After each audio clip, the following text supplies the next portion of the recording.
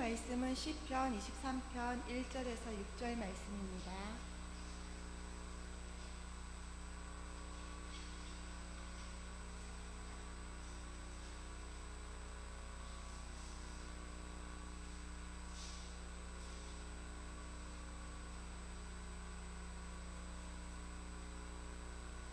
여호와는 나의 목자시니 내가 부족함이 없으리로다. 그가 나를 푸른 초장에 누이시며 쉴만한 물가로 인도하시는도다. 내 영혼을 소생시키시고 자기 이름을 위하여 의의 길로 인도하시는도다. 내가 사망의 음침한 골짜기로 다닐지라도 해를 두려워하지 않을 것은 주께서 나와 함께 하심이다. 주의 지팡이와 막대기가 나를 안위하시나이다. 주께서 내 원수의 목전에서 내게 상을 베푸시고 기름으로 내 머리에 바르셨으니 내 잔이 넘치나이다. 나의 평생에 선하심과 인자하심이 정녕 나를 따르리니 내가 여호와의 집에 영원히 거하리로다.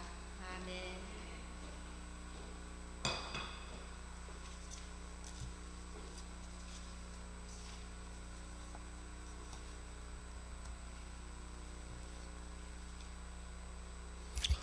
할렐루야. 오늘도 좋은 날 주의 이름으로 다시 만나서 반갑습니다. 약속이나 한 듯이 오늘 많이들 나오셔서 다시 예배 회복할 수 있도록 함께해 주신 여러분께 감사를 드립니다. 하나님 사랑하시죠? 하나님 사랑하시면 아멘 합시다. 아멘. 옆에 분에게 인사할까요? 오늘도 내가 행복한 이유는 바로 당신 때문입니다. 오늘도 내가 행복한 이유는 바로 당신. 한 번 더, 오늘도 내가 웃을 수 있는 이유는 바로 당신 때문입니다. 아멘. 오늘은 시편 23편 강의 6번째 시간입니다. 어느덧 6번째네요. 아마 7번째가 마지막이 되고 그 다음에는 시편 23편 에필로그 해가지고 또 굉장히 은혜스러운 말씀들이, 시편을 설교를 준비하면서 주신 또 다른 은혜의 말씀이 부록으로 준비되었다는 사실을 미리 말씀드리고 이 시간 오늘도 함께 은혜를 나누고자 합니다. 오늘은 상 베푸시는 하나님입니다. 따라합시다. 상 베푸시는 하나님. 상. 오늘 말씀에서는 목자이신 하나님께서 우리에게 어떤 하나님으로 보이느냐, 먼저 상 베푸시는 하나님으로, 내 머리에 기름 부으시는 하나님으로, 그 다음에 내 잔을 채우시는 하나님으로 증거되고 있습니다. 먼저 다윗은 주께서 내 원수의 목전에서 내게 상을 베푸신다. 상 베푸신다 그랬어요. 상이란 누구에게든지 기분 좋은 것입니다. 상 싫어하는 사람 아무도 없을 거예요. 근데 저는 어릴 때부터 상하고는 거리가 먼 기억밖에 없습니다. 왜냐하면 초등학교 다닐 때에는 육성예배, 요즘은 없어졌지만 육성예배를 내지 못했기에 상하고는 거리가 멀었고요. 중고등학교는 검정고시로 독학을 했기 때문에 상 받을 일이 전혀 없었습니다. 제가 사회를 통해서 통틀어 받은 상이라고는 하나가 있는데, 그건 군내 말년 병장 때 받은 사단장 표창, 모범용사, 그 표창장 하나 받았어요. 그때 일주일 휴가와 사단장하고 식사하고 이게 칸보이차 호송을 받으면서 고향 앞으로 딱 갔는데 그때 참 짜릿하더라고요. 대접받는 기분 같고 말이죠. 근데 그러나 그 대신에 교회에서 받은 상은 아주 많았습니다. 성경학교, 무슨 수련회, 또 퀴즈대, 암송대, 그 하기만 하면 모조리 다 휩쓸었어요, 제가요. 이래봬도 제가 다니던 주일학교에서는 제 이름을 날렸다니까요. 그래서 하여간 교회에서 주는 상은 다 받았는데, 그래서 저는 감사하게 생각해요. 당시 저에게 교회는 아주 자존감이 낮은 저에게 그 자존감을 높여주는 것이고, 희망이 하나 없다 싶었는데 참으로 큰 희망을 갖게 해준 것이 교회였어요. 그때 저를 지도해주고 기도해줬던 선생님들께 정말로 감사함을 드립니다. 그런데 오늘 다윗은 이 상에 대해서 말씀을 하고 있습니다. 그럼 여러분, 다윗이 말하는 상은 무슨 상일까요? 어떤 상일까요? 이 상은 우리가 흔히들 생각하는 공부 잘하는 사람, 착한 사람에게 주는 상, 그것이 아닙니다. 어떤 상이냐 하면 배고픈 자의 허기를 채우기 위해 차려지는 상입니다. 쉽게 말하면 밥상이라는 거예요. 그 상하고 이 상이 다르죠? 허기진 자의 배를 채우기 위해 차려지는 상. 오늘은 먼저는 상 차려주시는 하나님이에요. 상 차려주시는 하나님. 식당에 가면 상 차림비를 3,000원씩 받는 곳도 있던데, 그거 안 받는 것은 또 땡큐예요. 그죠? 상 차려주시는 하나님. 오늘 우리가 읽은 성경에는 주께서 나의 목전에서 상을 베푸시려고 되어 있지만은, 개역개정 성경은 주께서 나의 원수의 목전에서 상을 차려주시고 이렇게 되어 있어요. 또 표준 세번역을 보면 주께서는 내 원수들이 보는 앞에서 내게 상을 차려주시고 내 머리에 기름 부으시고 나를 귀한 손님으로 맞아주시니 땡큐 감사합니다, 이렇게 되어 있어요. 모두 다 상을 차려준다는 겁니다. 여러분, 이 상은 어떤 상입니까? 허기진 배를 달래기 위해 차려지는 상이요, 잔칫날 잔치집에서 차려지는 만찬상입니다. 더 정확하게 말씀을 드리면, 지난주에 있는 말씀을 연결해 본다면, 원수와의 영적 전쟁에서 싸우느라고 고단한 이들을 위하여, 피곤한 이들을 위하여, 피 흘려 싸운 이들을 위하여 우리 영혼의 목자이신 하나님께서 베풀어 주시는 상인 것입니다. 이 상은 크고 작은 싸움을 싸우느라고 수고한 이들을 위해서 주는 상이고, 이 상은 모든 싸움에서 잘 싸워 이긴 자들을 위해 베풀어 주시는 주님의 잔치상인 줄 믿습니다. 그러니까 이 상의 메뉴는 김치 깍두기에 고추 몇 개 얹어놓은 작은 소찬이 아니에요. 산의 진미 가득히 차려놓은 아주 풍성한 상이라고 하는 겁니다. 그런데 이것이 누구 앞에 차려진 상이라고요? 누구 앞에? 원수 앞에 차려진 상이라고 말씀을 하고 있어요. 오늘 다윗은 이렇게 말하고 있는 겁니다. 지금 나는 아주 힘든 골짜기를 건너고 있다. 그리고 도처에서 원수 마귀가 나를 공격해오고 있다. 그러나 나는 이 싸움을 이겨야만 한다. 그리고 기필코 이 싸움에서 이기고 말 것이다. 그리고 내가 이 힘든 싸움을 싸우고 난 후에는 주께서, 사랑하는 나의 하나님 여호와께서 내게 후한 상을 베풀어 주실 것이다. 여러분, 이것이 다윗이 상상 속에서 한 말이겠습니까? 아닙니다. 이 다윗은 이미 왕으로서 수많은 전쟁을 치르면서 자신이 경험했던 일들을 이야기하는 거예요. 여러분, 고대 전쟁에서 돌아온 장수들을 위해서 왕들이 해주는 일이 어떤 일입니까? 그들을 위하여 잔치를 베풀어 주는 겁니다. 전쟁에서 수고하고 돌아온 장수들의 노고를 치하하기 위하여서 아주 성대한 잔치를 베풀어 줍니다. 이때 차려지는 왕의 잔치에는 산의 진미 같은 음식들이 가득히 쌓여 있고, 또 그 승리감을 최고로 높여주기 위해서 하는 일, 뭔지 알아요? 그것은 포로로 잡혀온 자들을 다 끌어다 내놓고 잔치상 앞에 무릎을 꿇려놓고, 높은 사람일수록 더 좋아, 높은 계급의 적장들을 무릎 꿇려놓고 무장해제시키고 무릎 꿇려놓고 하얀 베옷 죄수복을 입혀놓고 그 앞에 앉아서 보란듯하게 잔치를 베푸는 거예요. 조금 전까지, 전쟁이 끝나기 전까지 그들이 나의 목을 치기 위하여 덤벼들던 그 사나운 이들이었지만은 이제 그런 모습들이 간 곳이 없잖아요. 그들 무릎 꿇고 앉아 있는 자리에서 성대한 잔치를 베풀어 주는 거예요. 생각해 보세요. 그래서 주께서 내 원수의 목전에서는 이렇게 말해요. 이렇게 말할 수 있어요. 내 원수들이 보란듯하게. 할렐루야. 보란듯하게. 여러분, 보란듯하게 공부 잘하고 보란듯하게 잘 살고 보란듯하고 출세하면 좋잖아요. 명절날 다가올 때, 가족끼리 모일 때 온 가족이 하나님을 믿으면 다 좋겠는데, 믿지 않은 식구들이 많고, 가끔 가다 보면 믿지 않은 식구들이 우리보다 더 잘 살고 더 잘 나가 평소에 기가 죽어 있어. 명절날 되면 더 기가 죽어가지고 있더라고요.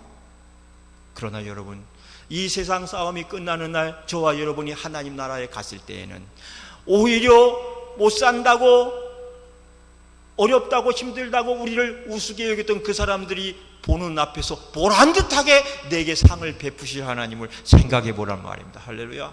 기죽을 거 없어요.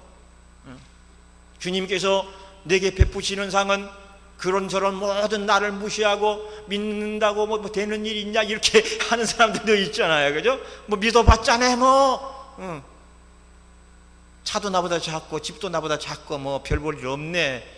믿는 거 뭐 믿는 게 좋은 것도 아니네. 이렇게 무시했고 멸시했던 사람들이 오히려 주님 앞에 서는 날 여러분은 높아지고 그들은 낮아질 줄로 믿습니다. 그들이 보는 앞에서 수고하였다 애썼다 힘들었구나 상 차려주실 줄로 저는 믿어요. 그런 상이에요. 보란듯 원수들 목전에서는 원수들이 보란듯하게 상을 차려주신다는 거예요. 이 상, 저는 먼저 이 상은 위로의 상이라고 봅니다. 이 상은 위로의 상이에요. 사랑하는 여러분, 하나님은 위로의 하나님인 줄 믿습니까?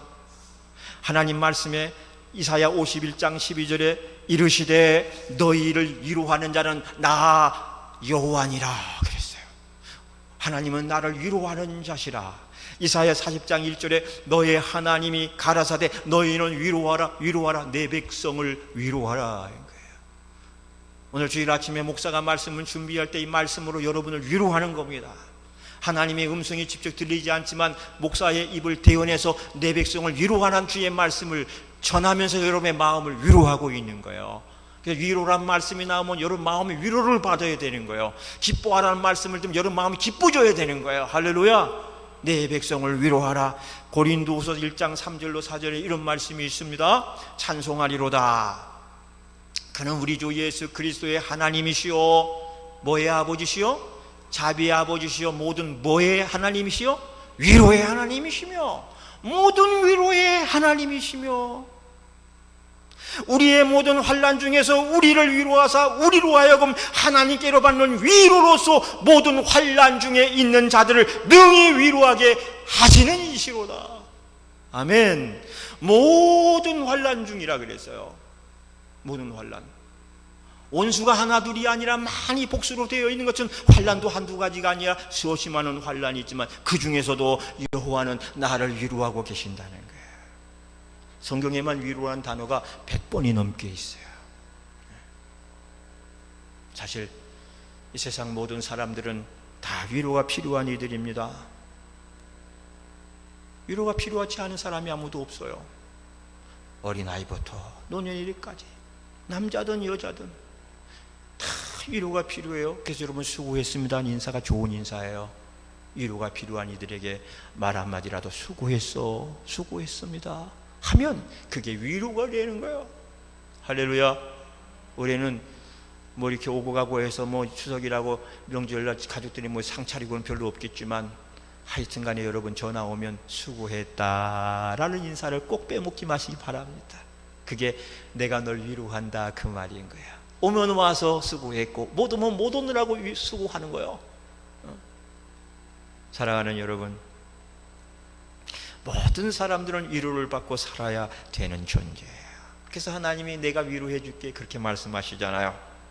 그런데 여러분, 이 위로를 받고 살아도 힘든 세상에서 서로 원수 지고 산다, 원수 맺고 산다, 이건 괴로운 일입니다. 이것보다 괴로운 일이 없어요. 남을 사랑하는 건 쉬워요. 그러나 남을 미워하는 건 사랑하는 것보다 10배의 힘이 필요하다는 거예요. 원수 맺고 사는 것처럼 괴로운 게 없어요. 그런데 오늘 다윗은 압살롬 때문에 힘들고 자신을 배신하고 떠나버린 신하들 때문에 힘들고 또 그 일로 백성들의 조롱거리가 되어 그 조롱하는 소리를 들으면서 너무나도 힘이 든 겁니다. 너무나도 힘이 든 거예요.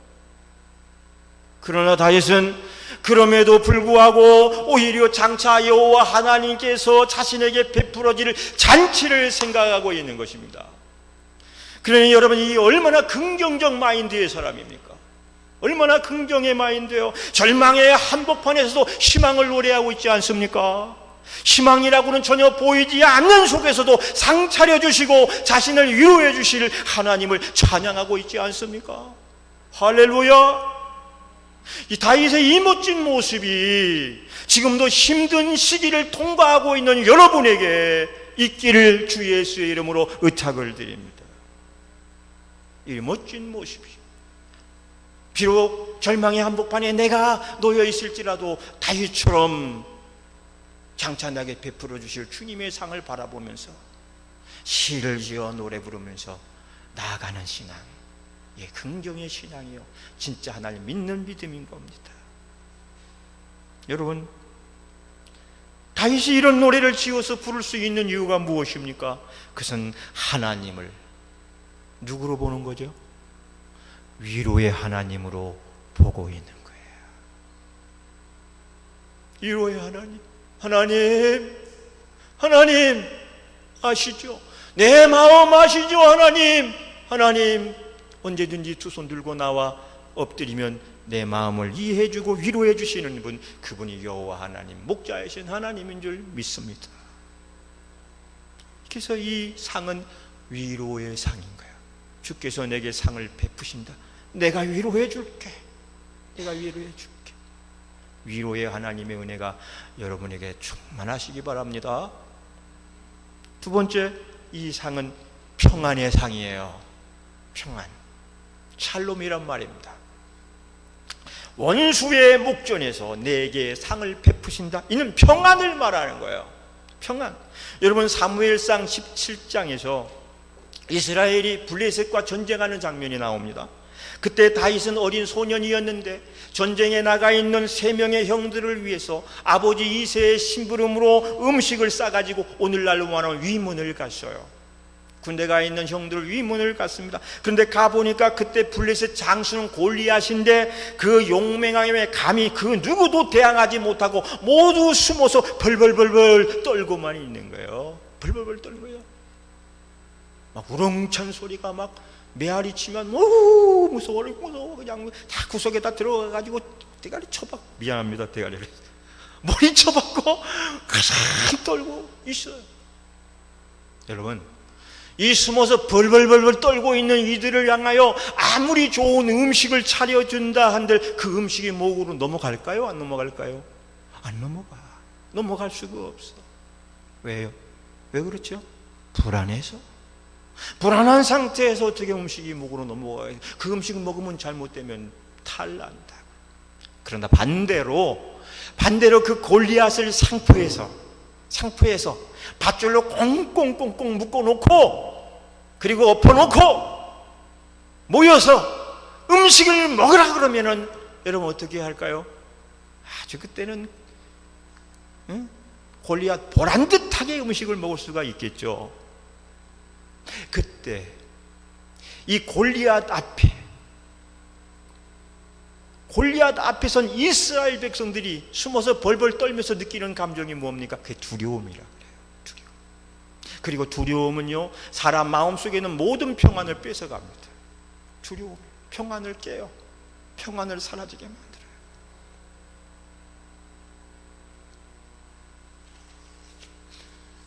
우리 차지영 집사님이 경제적인 어려움을 겪고 힘들어하는 것은 여러분 다 알고 계시고 기도하고 있지 않아요. 사람 살면서 가장 만나기 싫은 사람 빚쟁이에요. 빚쟁이, 채무자. 빚 받으러 독촉하고 찾아오고 밤이고 낮이고 시도 때도 없이 그 돈 달라고 하는 그 괴로움, 오죽하면 빚을 지겠어요. 세상에 빚 지고 싶은 사람이 어디가 있어요?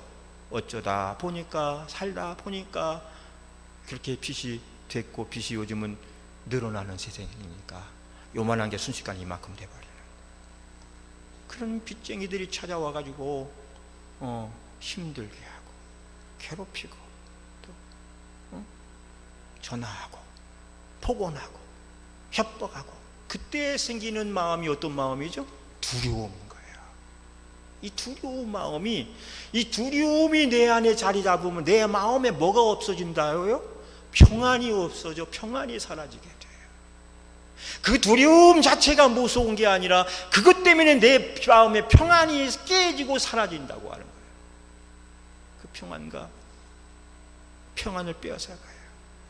그러니까 그 두려움 가운데에서, 두려움의 원수 앞에서 차려진 음식이라고 한다면 그것을 어떻게 맛있게 먹을 수가 있느냐 하는 거예요.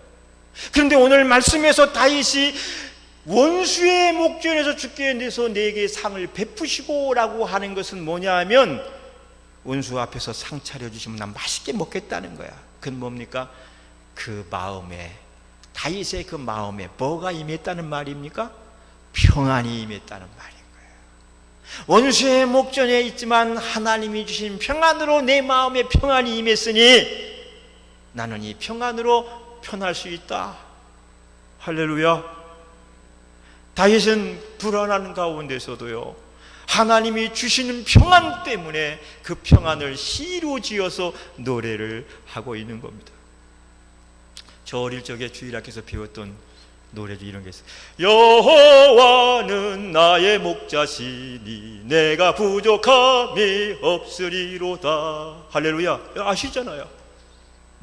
여호와 나의 목자시. 푸른 풀밭에 눕게 하시고 잔잔한 물가로 나를 인도하여 주시네. 이 뭐의 평안을 노래하는 거예요. 평안이야. 평안을 너에게 주노라. 세상이 알 수도 없는, 세상이 줄 수도 없는 평안, 평안, 평안, 평안을 너에게 주노라. 아멘. 이 평안을 주님이 주신다는 거예요. 이 평안 때문에 원수 앞에서도 노래할 수 있다는 거예요. 여호와 하나님을 여러분이 목자로 모시고 산다면 여러분의 이 평안이 임하는 것임을 믿으시기 바랍니다. 그리고 어떤 두려움도, 어떤 원수의 협박 앞에서도 평안을 누리시기를 바랍니다. 어느 여객선 한 척이 항해 중에 큰 풍랑을 만났습니다. 집채만한 파도가 뱃전을 때릴 때마다 배가 뒤집힐 것 같은 공포가 밀려왔어요. 견디다 못한 승객 한 사람 하나가 선장실로 뛰어들어갔어요. 그러나 선장은 그때 차 한 잔을 앞에다 두고 아무렇지도 않은 듯 눈을 지그시 감고 조종관을 잡고 있어요. 너무나도 평온한 그 모습을 보면서 승객의 마음에도 평안이 찾아왔어요. 조용히 문을 닫고 나왔다는 거예요. 풍랑 속에서의 평안이에요. 풍랑 속에서의 평안. 언제 터질지 모르는 문제 속에서 불안한 세상을 아울러 사는 평안이 아니라 문제 속에서도 참된 목자이신 하나님과 함께하는 것이야말로 진정한 평화인 줄로 믿습니다. 여러분 이 아침에도 목자이신 주님과 함께하고 계십니까? 그렇다면 이 아침에 아무 염려하지 마시고 이 평안을 누리시기를 바랍니다. 평안이에요.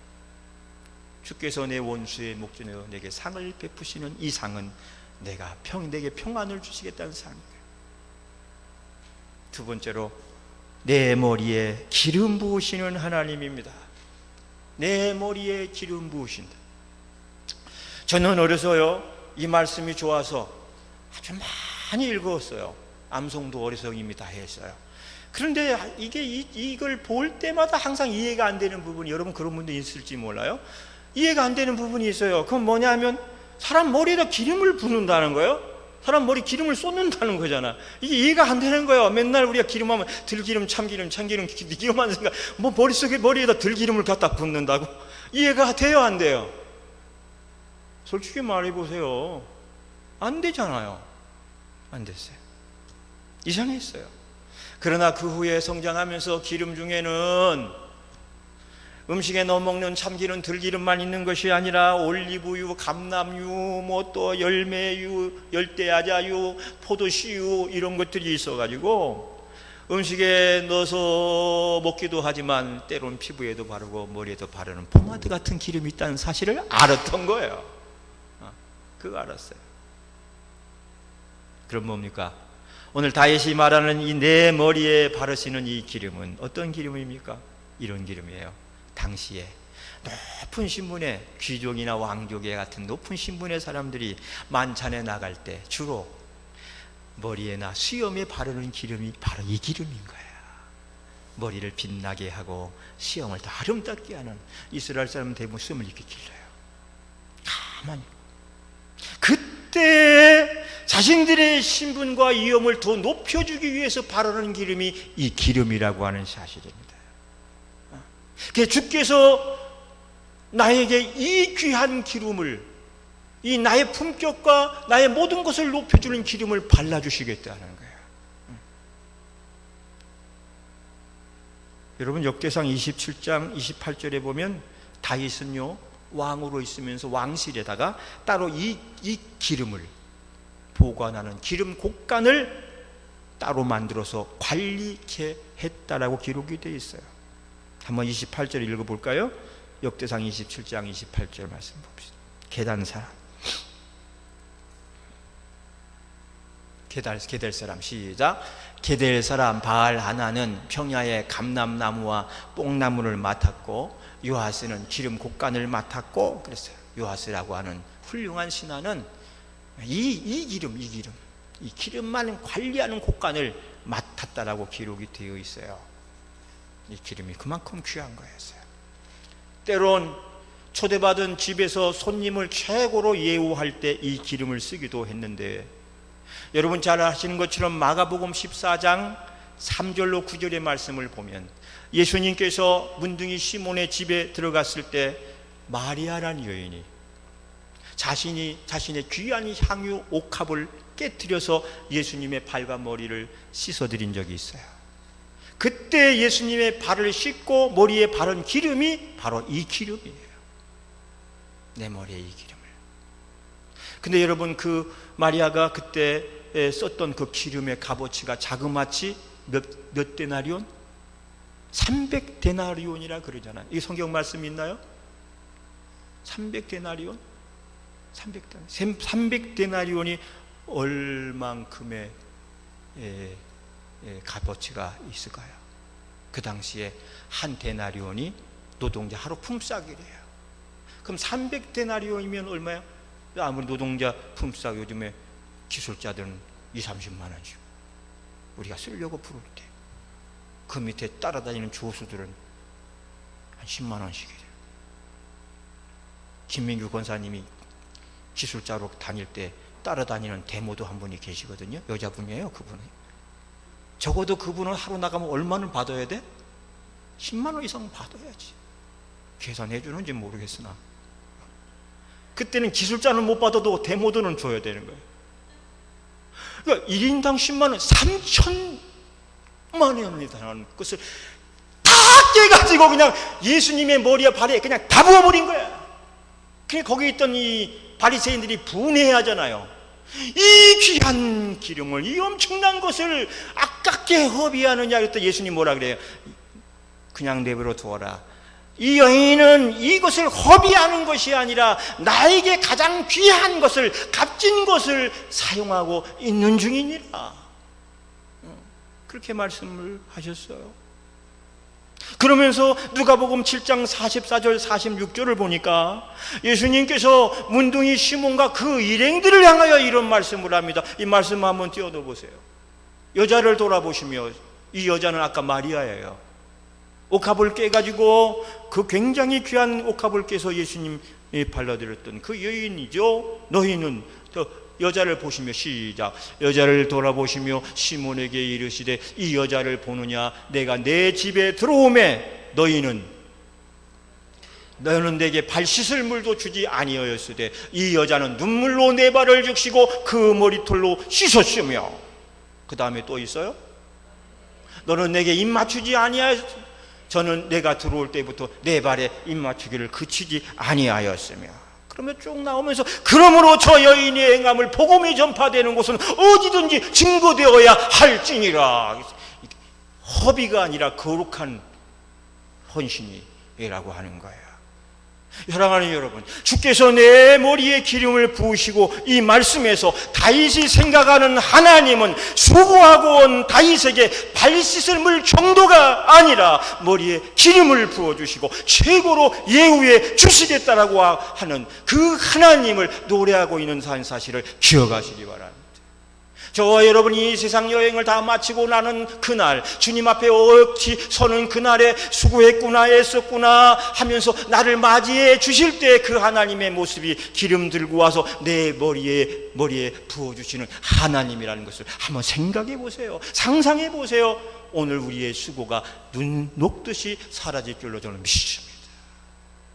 주님께서 주님 앞에 서는 날, 주님의 나라에 그 문을 들어가는 날, 주께서 오셔 내 눈에 눈물을 씻기시며, 요한계시록에 나와 있어요.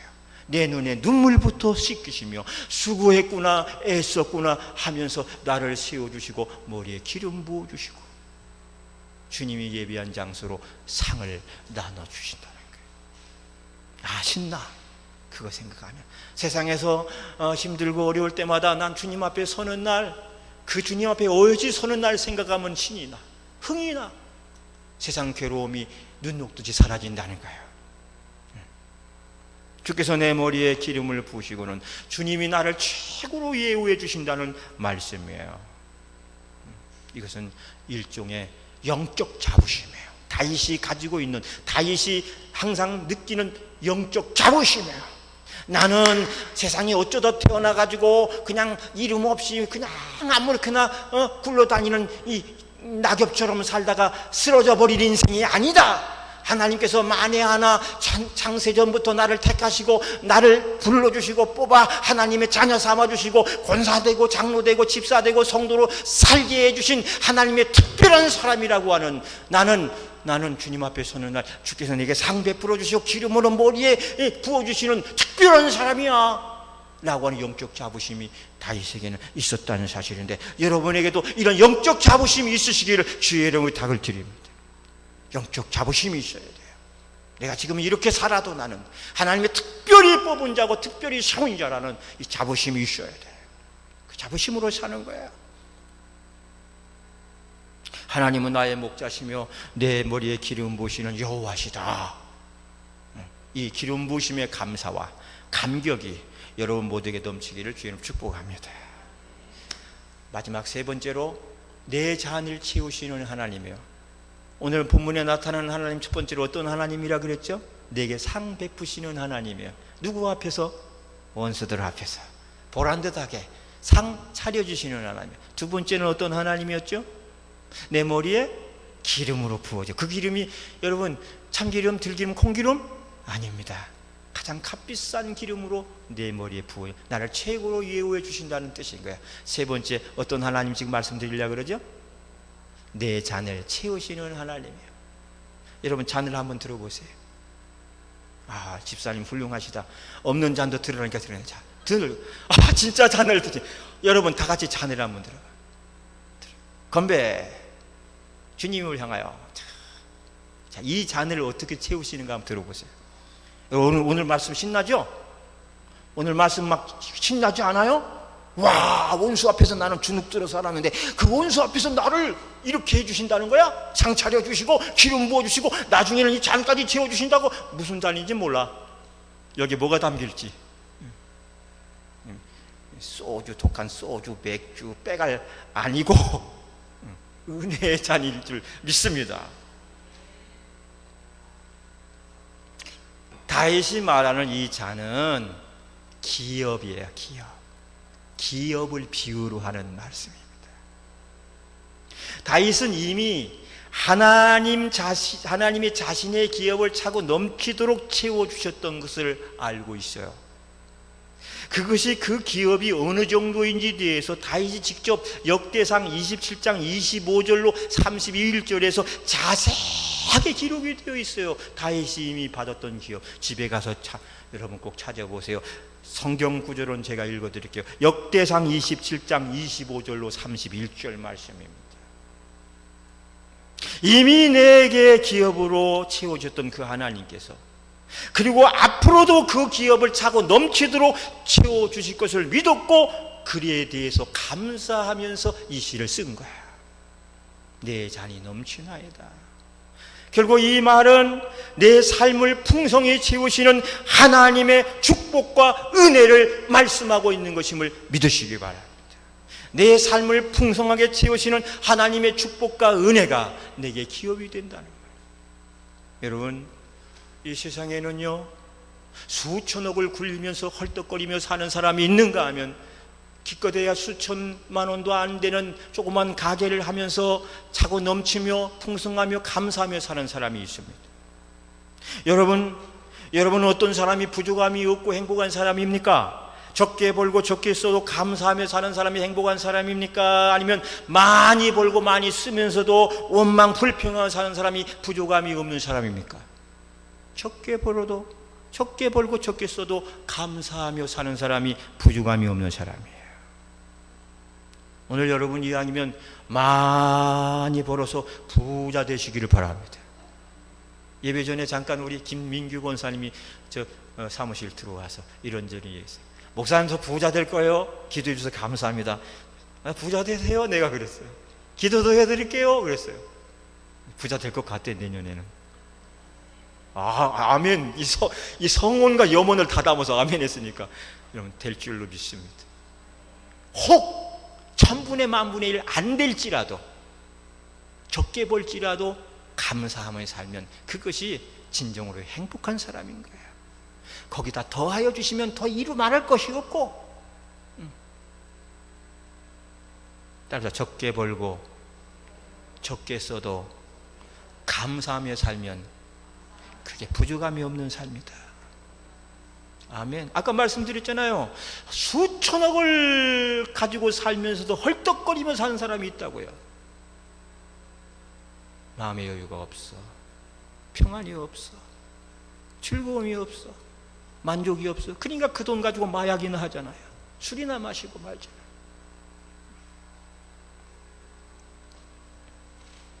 오늘 내 잔이 넘치나이다라는 이 말씀은 또 이런 면이 있어요. 어느 것이 진정한 축복이고 어느 것이 진정한 행복인가를 가르쳐주고 있는 말씀이에요.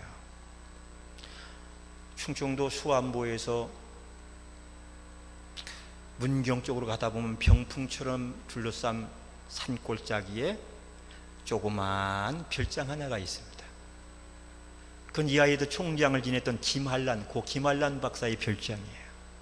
그리고 그 별장 앞에 마당에는 조그만 연못이 하나가 있어요. 그리고 연못 가운데 분수 하나가 있는데 그 분수의 이름이 내 잔이 넘치나이다 예요. 연못 중앙에 솟아난 물줄기니까 큰 것도 아닙니다. 작은 잔을 채울 정도의 조그만 분수예요. 폭포도 아니고 작은 분수에다가 왜 내 잔이 넘치나이다라는 제목을 붙였을까요? 거기엔 다음과 같은 두 가지 의미가 있어요. 하나는 그 물이 쉬지도 않고 계속해서 흐르고 있다는 거예요. 1년 365일 동안 하루도 빠지지 않고 계속 흐르고 넘치고 있다는 겁니다. 그리고 다시 말씀을 드린다면 이 분수에는 지속성, 연속성, 충만성이 있어요. 뭐예요? 지속성, 연속성, 충만성이에요. 그러니까 여러분 진정한 축복이 무엇입니까? 제가 말씀드린 세 가지가 맞을 때 진정한 축복이라 말할 수 있어요. 첫째는 뭐라고요? 지속성이라고 해요. 한 번 오고 마는 것이 아니라 지속적으로 계속될 때 그걸 진정한 축복이라 말하는 거예요. 두 번째는 연속성입니다. 연속성이요. 요즘 홈쇼핑을 보면 그 규모가 어마어마합니다. 코로나 때문에 그 매출이 더 엄청나게 불었다 그래요. 그런데 그 홈쇼핑 사업하는 사람들의 이야기를 듣다 보면 적어도 1년에 한 번씩만 대박 상품이 나오면 성공작이라고 해요. 1년에 한 번씩만 대박 치자. 한 번에 그냥 다 먹는 거예요. 그런데 한 번 터지고 몇 년 동안 감감무소식하면 그 사업은 망한다는 거예요. 망한다. 적어도 1년에 한 번 이상은 터져요. 여러분 하나님 축복도 마찬가지입니다.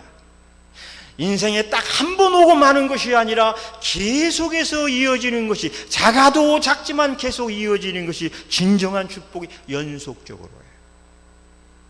따라합시다. 연속적으로, 지속적으로. 마지막 뭐죠? 충만성이에요. 여러분 작아도 차고 넘치는 것이 바닥에만 깔려 있는 것보다 나아요. 들어왔다 나갔다 하는 전기불 가다 서다 하는 자동차는 고장난 거고 답답합니다. 되다 말다 하는 장사 사업 가지고는 성공할 수가 없어요. 작아도 그치지 않고 계속해서 김민규 권사님이 성공 부자 되려면 하루에 한 건씩만 터지면 돼. 1시간짜리라도 1시간이라든 10시간이라든 기술자 한번 부르면 그 돈 다 줘야 돼. 주여, 이왕이면 짧은 거로 한 건씩만 주옵소서. 하루 종일 기름 묻히며 고생하면서 받는 것보다 30분 해도 하루에 한 건씩만 터지. 그러니까 오늘부터 기도하세요. 지속적으로 연속적으로 끊이지 않고 충만하게 많이도 많고 하루에 한 건씩만. 작아도 그치지 않고 계속돼야, 그래야 그것이 진정한 은혜의 축복입니다. 따라합시다. 지속적으로, 연속적으로, 충만하게. 은혜도 그렇게 받으셔야 돼요. 어떤 분은 부흥회 한 번 할 때 받고 그냥 그 다음에 시험 맨날 들어있어요. 그냥. 그래서 저 집사님 때문에 부흥회 또 해야 된다는 거야. 그럼 될까요? 안 될까요? 안 돼. 한 번 받으면 지속해야지. 그래서 지속이 돼야 되잖아요. 여기서 받고 나가다 쏟고, 여기서는 할렐루야 목사님 너무 좋아요. 밥 먹다 싸우고 가고, 그러면 안 되잖아요. 그 사람들은 다 시컷 받아놓고 가면서 다른 사람 시험 들게 하는 사람들 있잖아요. 나 그런 사람 봤어요. 자동차가 왜 이렇게 돌아가? 왜 이렇게 오늘 따로 돌아가지? 저분이 탔구만. 뭐하러 여기 탔어? 눈치 보고 내려야지. 이게 뭐요? 시험 들게 하는 거야, 이게.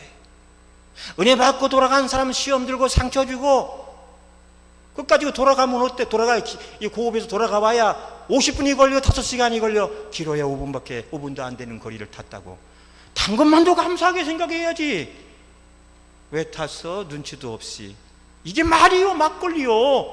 한 교회 안에서 신앙생활 하면서 받은 은혜를 자기만 쏟는 것이 아니라 남도 쏟게 하고 시험 들게 하는 거예요.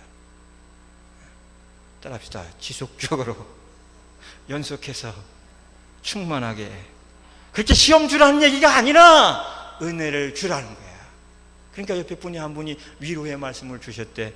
집사님 참아, 저분은 원래 그런 분이야. 대신 이해해줘. 미안해. 내가 대신 미안하게 생각해. 왜 같은 밥 먹고 은혜 있고 어떤 사람은 시험과 상처를 주고 살고 어떤 사람은 위로를 주고 격려해 주고 사냔 말이야. 우리 새로운 교회 성도들은 그런 사람 하나도 없고 위로와 격려와 서로를 북돋아주고 세워주는 사람들만 있기를 바랍니다. 곰 나가면 사자 나타난다고 그런 말은 이목교회는 나타나지 말기 바랍니다.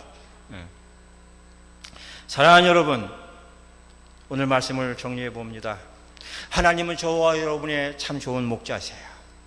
그리고 다윗이 전해준 그 하나님은 나를 푸른 초장과 실만한 물가로 인도하시고 부족에도 부족함이 없게 살게 하시기도 합니다. 때때로 사망의 음침한 골짜기로 인도하시기도 합니다. 거기에는 원수가 있고 우리의 생명과 신앙을 노리는 자들이 있습니다. 그러나 다윗은 그 속에서도 역사하시는 하나님을 보았고, 그 하나님께서 자신에게 상을 베풀어 주시고 머리에는 기름을 부어 주시고 잔을 넘치도록 채워 주신다고 하였습니다. 아멘. 글쎄요. 여러분, 오늘도 그런 의미에 내게 상 차려주시고 내 머리에 기름 부어주시고 나의 잔을 계속해서 넘치도록 채워주시는 그 하나님을 기억하며 찬양하며 감사드리시기 바랍니다. 그리고 우리는 이미 그 상을 넘치도록 받았고 지금도 받고 있는 줄로 믿습니다.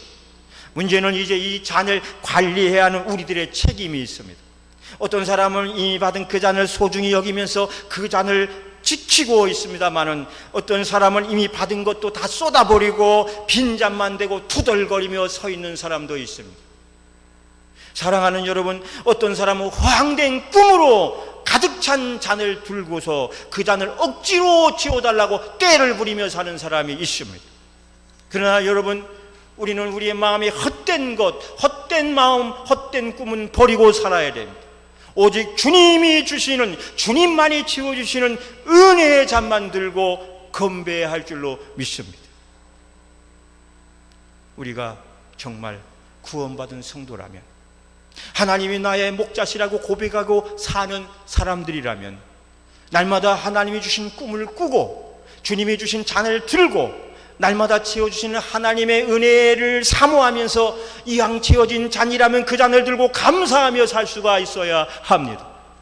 이미 우리 모두는 주께서 주신 잔을 받은 사람이라는 사실을 명심하고, 그러므로 내가 받은 잔이 어떠한 잔이든지 남과 비교하지 말고 날마다 그 잔을 채우고 가득 찬 잔을 잘 갈무리하고 살아야 할 줄로 믿습니다.